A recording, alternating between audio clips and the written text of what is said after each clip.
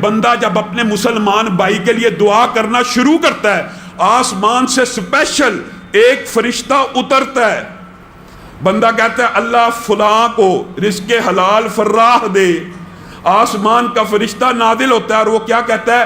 آمین وَلَكَ بِمِثْلِ، آمین وَلَكَ بِمِثْلِ۔ کیا مطلب؟ اللہ تعالیٰ تیری دعا کو قبول کرے اور اللہ تعالیٰ تجھے بھی یہی عنایت کرے۔ آپ لوگ ڈھونڈتے ہیں، کیا ڈھونڈتے ہیں؟ کوئی نیک بندہ مل جائے اس سے دعا کروانی ہے۔ آپ کو نبی کریم فرشتے کی دعا پانے کا طریقہ اور گر بتا رہے ہیں۔ فرشتہ کس کے حکم سے دعا کرے گا؟ اللہ کے۔ فرشتہ اپنی مرضی سے نہیں کر سکتا۔ بات سمجھ لیجئے، مسئلہ بڑا آسان ہے۔ فرشتہ اپنی مرضی سے بولتا ہی نہیں۔ فرشتہ کس کے حکم سے بولتا ہے؟ اللہ کے حکم سے۔ یہ اپنی مرضی چلاتے ہی نہیں ہے، یہ اللہ کی مرضی سے نازل ہوا، اللہ کی مرضی سے تیرے اور میرے لیے دعا کرنا شروع کر دی۔ تو اس فرشتے کی دعا کے قبول ہونے میں کوئی شک نہیں ہے۔ قبول کس نے کرنی ہے؟ اللہ نے۔ جس نے اس کو سکھایا کہ دعا کر، وہ قبول نہیں کرے گا؟ تو میرے بھائیوں، یہ دل بڑا کرنے کی بات ہے۔ انسان خیر و بلائی مانگتا ہے۔ نبی کریم صلی اللہ علیہ وسلم کے دور میں بھی ایسا ہوا۔ ایک ساتھی نے، یہ عرب کے معاشرے میں ایک بدو تھا، اسلام قبول کیا۔ وہ اللہ سے دعا کرنے لگا، اللہ میرے اور محمد صلی اللہ علیہ وسلم کے علاوہ کسی پہ رحمت نہ کرنا، اللہ میرے اور محمد صلی اللہ علیہ وسلم کے علاوہ کسی کو یہ نہ دینا، یہ نہ دینا۔ نبی کریم ہنسنا شروع ہو گئے، کہا یہ کیا کہتا ہے؟ اللہ کی رحمت کو صرف میرے اور اپنے تک محدود کرتا ہے۔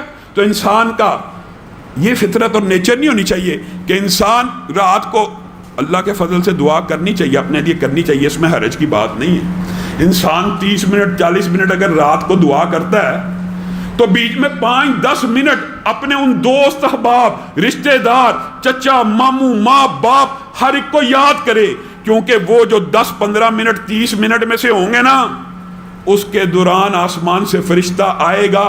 جو تیرا دل چاہتا ہے نا تیرے نصیب میں ہو، اللہ کی قسم یہ پکا کلیہ اماموں نے، محدثین نے بتلا دیا۔ انسان چاہتا ہے میرے پاس لینڈ کروزر ہو، مثال دے رہا ہوں، میرے پاس گرینڈ کروزر ہو، میرے پاس کوٹھی ہو، میرے پاس بنگلہ ہو، کیا دعا شروع کر دے؟ اللہ میرے بھائی کو لینڈ کروزر دے دے۔ اپنی مانگے ہی نا، اللہ میرے بھائی کو لینڈ کروزر دے دے۔ آسمان سے فرشتہ آئے گا۔ یہ دل بڑا کرنے کی بات ہے، یہ اپنے آپ کی ٹریننگ کرنے کی بات ہے۔ میں شاہد ہوں، اپنی زندگی کے بھی بے شمار واقعات ہیں۔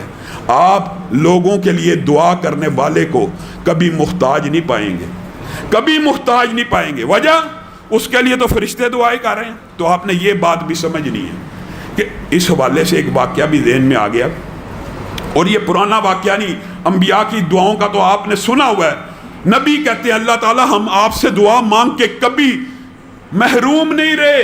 نبی کہہ رہے ہیں۔ آج عصر حاضر کا ایک واقعہ دماغ میں آ گیا کسی کے لیے دعا کرنے کے والے سے۔ ایک شخص کو سچا واقعہ، سعودی عرب کا واقعہ، خواب آتا ہے اور خواب میں نمبر بھی آتا ہے۔ خواب میں نمبر بھی آیا کہ فلاں بندے کو عمرہ کروا۔ خواب آئی، 7 نمبر بھی آیا، اور وہ خواب سے اٹھا، اس کو وہ نمبر یاد ہے۔ پھر خواب آئی، پھر خواب آئی، پھر خواب آئی۔ ایک بہت بڑے عالم عرب کے، ان سے انہوں نے رابطہ کیا کہ اللہ تعالیٰ مسلسل مجھے یہ خواب دکھاتا ہے کہ فلاں بندے کو عمرہ کروا اپنے خرچے پہ۔ تو اس عالم نے ان کو تعبیر بیان کی کہ یہ اللہ کی طرف سے روحانی خواب محسوس ہو رہا ہے، اور تجھے کسی بندے کو عمرہ کرانے کا حکم دیا جا رہا ہے، تو اس کو لازمی عمرہ کروا۔ ابھی تک تو نے وہ نمبر نہیں ملایا؟ نہیں، میں نے وہ نمبر نہیں ملایا۔ ملا، نمبر ملایا۔ ایک عربی بدو نے فون اٹھا لیا، اس سے گفتگو ہوئی، مجھے خواب آتی ہے عمرہ کر لے۔ کہا میں نے تو جب سے پیدا ہوں کبھی خانہ کعبہ دیکھا ہی نہیں، مجھے خواب آتی ہے میں تیرا خرچہ اٹھاؤں گا، ٹکٹ اٹھاؤں گا۔ اس نے اس کا فون رکھ دیا۔ اس نے اپنی پوری داستان، پوری لکھی ہوئی، کتابوں میں بھی موجود ہے، اور عرب کا عصر حاضر کا واقعہ، اس کے انٹرویو موجود ہے۔ اب وہ بار بار کال کرے، بالآخر پتہ نہیں اس بندے کے دل میں کیا خیال آیا۔ اس نے کہا ایک شرط پہ آؤں گا، وہاں پہ تو مجھے 5 سٹار ہوٹل دے گا، وہاں پہ میرے یہ اخراجات کرے گا، یہاں سے مجھے پک کرے گا، یہاں پہ مجھے واپس چھوڑے گا۔ میں تیرے اصرار کے اوپر عمرہ کرنے آتا ہوں، میں نے پوری زندگی سعودیہ میں گزار دیا، میں نے خانہ کعبہ نہیں دیکھا، تو میرے پیچھے لگ گیا ہے، تو چلو میں یہ کام کر دیتا ہوں۔ اب دیکھیے کسی کی دعا انسان کے کیسے کام آتی ہے۔ وہ بندہ اس کو عمرہ کروا گیا, سارے اخراجات, اس کی ساری ڈیمانڈز پوری کر رہا ہے, وہ خانہ کعبہ کو بدو چھوڑ کے جا رہا ہے باہر.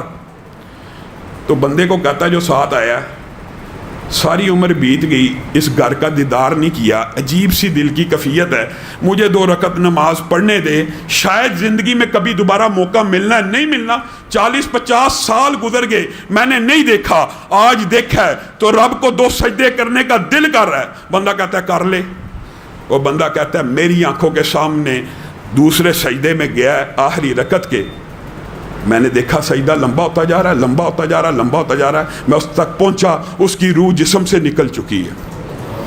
کہا میں اب حیران ہو گیا کہ مجھے خواب بلا وجہ نہیں آیا, اس کے پیچھے ضرور کوئی مقصد تھا, اللہ تعالیٰ نے اس کو کان سے پکڑ کے جو جنت میں داخل کیا ہے, کوئی وجہ ہے, کوئی ایسے ضرور عمل ہے. کہتا میں تحقیق کے لیے اس کی میت کو, اس کے گھر والوں کو خبر دی, سارا اس کے محلے میں پہنچ گیا, کیا ایسا عمل کرتا تھا.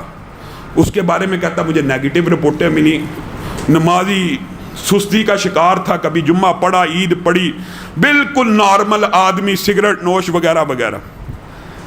کہتا لیکن ایک بات اس کی ایک ہمسائی نے مجھے بتائی, اس کو پتہ لگا کہ آیا ہے, تو میں اس کو پتہ لگا میں یہ باتیں پوچھ رہا ہوں, تو اس نے کہا ایک بات میں بتانا چاہتی ہوں, میں بیوہ ہوں, میرا ایک یتیم بچہ ہے. یہ بندہ جب بھی اپنے گھر والوں کے لیے کوئی سامان لے کے آتا تھا, بالکل اسی طرح کا سامان میرے دروازے کے باہر رکھ دیتا تھا, اور بیل بجاتا تھا, اور بیل بجا کے چلا جاتا تھا. مجھے اس کی یہ روٹین پتا تھی, اس نے آج تک میری شکل بھی نہیں دیکھی, اس کو صرف پتا تھا یہاں پہ ایک یتیم بچہ رہتا ہے. یہ ہر روز میرے گھر کے باہر ایک کھانے کا سامان رکھ جاتا تھا, اور میرے منہ سے یہ دعا نکلتی تھی کہ اللہ اس کا خاتمہ بالخیر کر دے. وہ بندہ رونا شروع ہو گیا, کہا تیری دعا نے اس کو سجدے کی حالت میں اللہ کی طرف پہنچا دیا. اور بندہ جس حالت میں فوت ہوتا ہے نا, قیامت کے دن اسی حالت میں اٹھایا جائے گا. بتائیے حشر کے میدان میں جو بندہ سجدے کرتے ہوئے اٹھ رہا ہوگا, اس کا کیا حساب ہونا ہے. یہ دعا